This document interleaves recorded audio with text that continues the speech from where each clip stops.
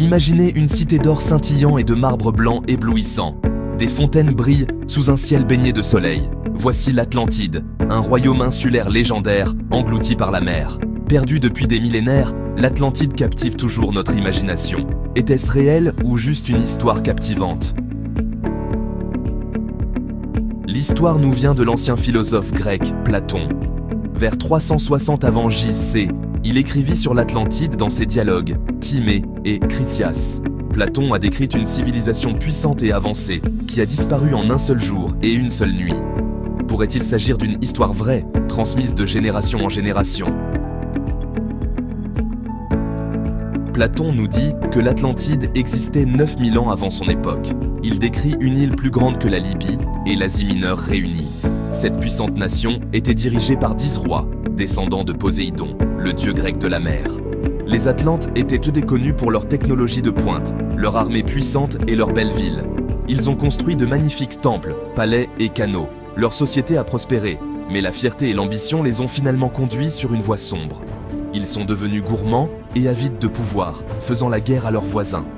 Cette agression a provoqué la colère des dieux, qui ont décidé de punir l'Atlantide. Des tremblements de terre et des inondations ont ravagé l'île. En un seul jour et une seule nuit, l'Atlantide a disparu sous les vagues pour ne plus jamais être revue.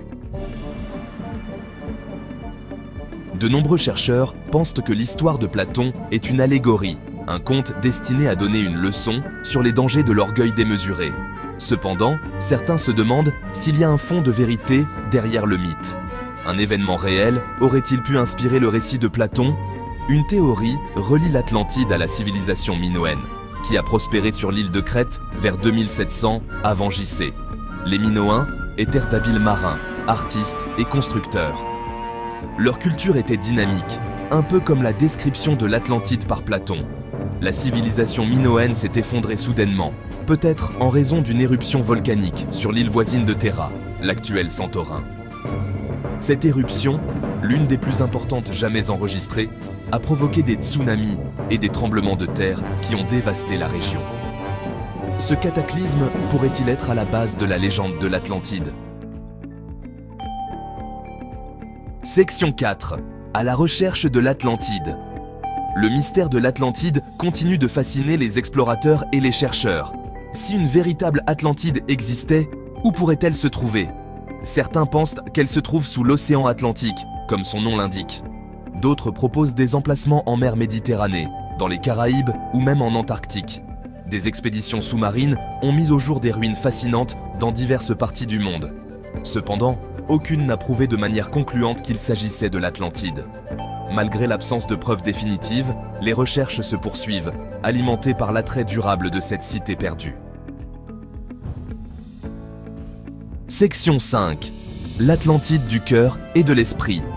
Que l'Atlantide ait existé ou non, en tant que lieu physique, elle exerce une puissante emprise sur notre imaginaire collectif. L'histoire fait écho à notre fascination pour les civilisations perdues, les mystères anciens et la puissance de la nature. L'Atlantide représente un paradis perdu, un rappel de la nature éphémère des sociétés, même les plus avancées. Peut-être que la recherche de l'Atlantide est en réalité une recherche de nous-mêmes, une quête pour comprendre notre place dans la grande tapisserie de l'histoire. C'est un rappel que même face à l'inconnu, l'esprit humain continue d'explorer, de questionner et de rêver. La légende de l'Atlantide nous rappelle que le passé recèle encore des secrets qui attendent d'être découverts, et que les profondeurs de l'océan pourraient à bien révéler des merveilles qui dépassent nos rêves les plus fous.